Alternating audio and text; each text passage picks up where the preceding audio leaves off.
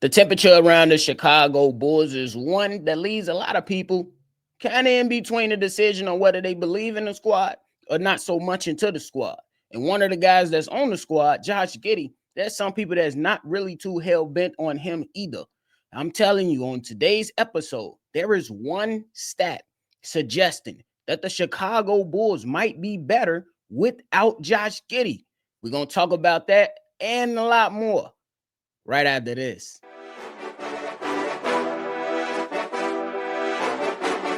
Cognac, gang.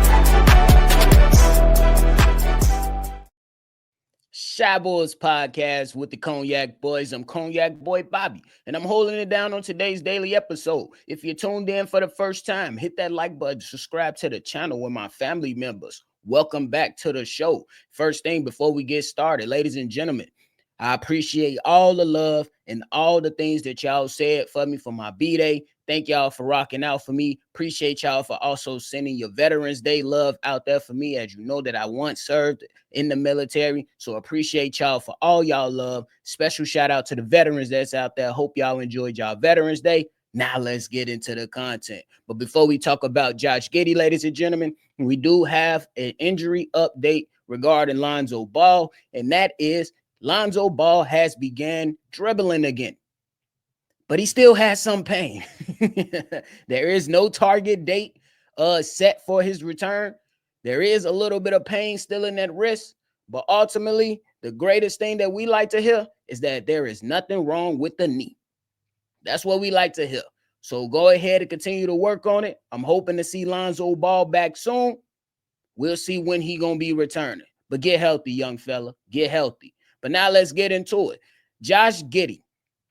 Initially, when the trade went down and we talked about Josh Giddey, I was one of those guys who was like, hey, it might not be a bad trade, but damn, couldn't the Bulls get more in return for trading Alex Caruso? But the Bulls made their decision, and this is the decision that we got to look at and say, hey, we're going to evaluate this to see if it was something or nothing. And there are some people on the side that are on the side of Josh Giddey and looking at the Josh Giddey acquisition and pretty much saying, hey, the Chicago Bulls fleeced the Oklahoma City Thunder for what Josh Giddey is doing for the Chicago Bulls compared to what Alex Caruso was able to do for the Chicago Bulls. Me, on the flip side, I said that it was more than just the stats that supported why I believe that Alex Caruso, at that moment in time, was a very, very valuable player. And when people try to compare the stats between the two players, I say, hey, bro, two different roles, two different type of players, two different types of expectations placed on each player. But nonetheless, we've been moving into the season and looking at Josh Giddey. Sometimes it's taking a little bit longer for others to come on board, and that's fine. But then some people, they jumping off the porch and saying that we got one. You know what I'm saying? But me, I like to play on the side of let this man be able to come out here and establish himself. He has an entire season to carve out what he's going to be for the Chicago Bulls and how long he's going to be with the Chicago Bulls. So I went around and did some, and I even got an alley-oop from one of my guys. Said, hey, Bobby, check out this stat. It's kind of crazy. Because when I look at the game, when I believe Josh Giddey is doing a decent job out there. Can it be better in some spots? Absolutely. And one spot for sure and one spot for certain. It has to be better on the defensive side. But my man's threw the stats to me, and we look at the regular season stats and we say, hey, Josh Giddey, he looked like he's doing all right. 14 points per game, 6.6 rebounds, 7 assists on 44% shooting from the field and 43% shooting from the three. You look at that and you say, oh, cool, fine, dandy. But when you jump into the advanced analytics and you look at some of the things and how players are and how teams are with a said player on the court versus how the team is when that player is off the court. And in this case, we're looking at the on and off the court difference for the Chicago Bulls when it comes to Josh Giddey. Yes, we're honing in on Josh Giddey. So when you look at Josh Giddey in his efficiency differential right now for the Chicago Bulls, it's a minus 11.2 when he's on the court. Compared to that, net minus 15.8 points worse when he's off the court. On the court, excuse me. And it's suggesting that with him constantly being on the court and the amount that he's being on the court, that the Chicago Bulls are a 17-win team. But those numbers say something else on the flip side, that if Josh Giddey wasn't on the team, it's saying that the Chicago Bulls can win over 40 games. They already pointing out what teams are doing to this, man. Pretty much saying opposing teams, when Josh Giddey is on the court and he has to defend, teams are a plus 9.6 points when Josh Giddey is out there on the court. That is crazy to me. It pretty much is saying that Josh Giddey, when it comes to the Chicago Bulls, the Bulls are better without him. And if we dive deeper into this, it's pretty much suggesting that every minute that the Chicago Bulls play with Josh Giddey is off the court, the team could be better. That is an advanced analytics stat for your ass. But is there some truth to it? You got to come in, you got to take your time with it, and you got to really sit and think about some of the things that can contribute to it. So my question is, for those out there, what are your beliefs in that? Do you think that the slow starts to the games that we've seen out of the 11 games that the Bulls have played thus far, could that be a contributing factor to how those stats pretty much match up or whatnot? Could that be something that we have to look at? Because there's something like it's one of those things to where you look at it and you say, man, but when I watch the game, it kind of appears that Josh Giddey is, a decent fit for the squad. But if you do take another look at it and you think about some things that's going on the defensive end, it seems like Josh Giddey can't really move his feet that well when he's guarding the perimeter.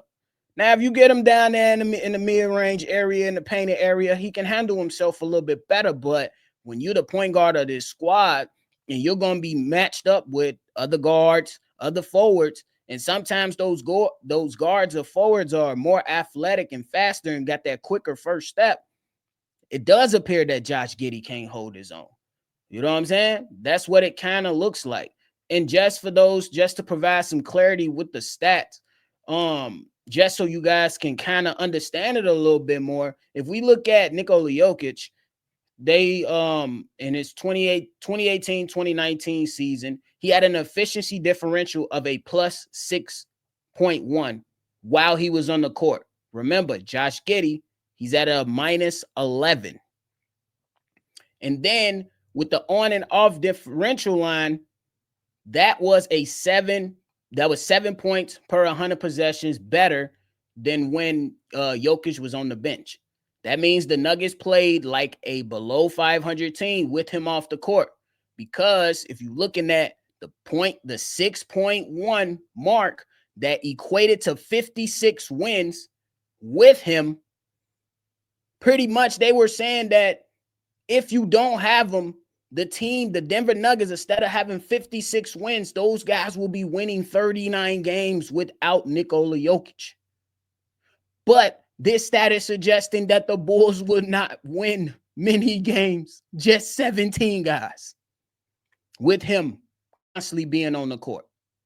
That is something that you really, really got to look at, and something that's like, it's a head scratcher. Me personally, I take the stat for what it is. But I'm going to go out there and say I still believe that the Chicago Bulls are set as a 30-win team for me. They've had some fun games. They've had some good moments.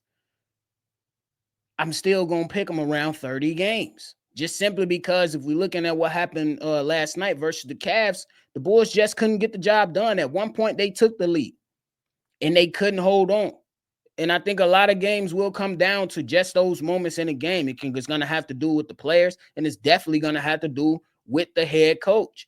And if we keeping it a buck when we talking about looking at how Josh Giddey fits in with the squad, comparable comparable to what the stat is suggesting, we have seen some lineups that look a little bit better defensively without Josh Giddey. We have. What about the lineup with Ayo Dosunmu, Kobe White, Julian Phillips, Dalen Terry, and Jalen Smith back there? And then on the offensive side, what about when you got Ayo, Kobe, Zach, P. Will, Vooch, or a number of a different type of mix-up of guys on the offensive side? So I think there could be some validity in that stat that suggests that the Chicago Bulls could potentially be better without him. But I still think that the Bulls are better with him, at least for the time being. I've been seeing that the trend has been kind of dwindling and kind of trying to stabilize itself a little bit more. But at the end of the day, the stats are the stats. The points do look good, but the effectiveness of the team, that's another thing that we have to consider and another thing that we have to look at. So, hey, I believe that the Bulls are better with him on the squad. Does he need to improve? Absolutely. He needs to improve. But one thing that we can give him credit to is how he's been performing since the start of the season. It hasn't been great, but it hasn't been terrible either. And he had some spots.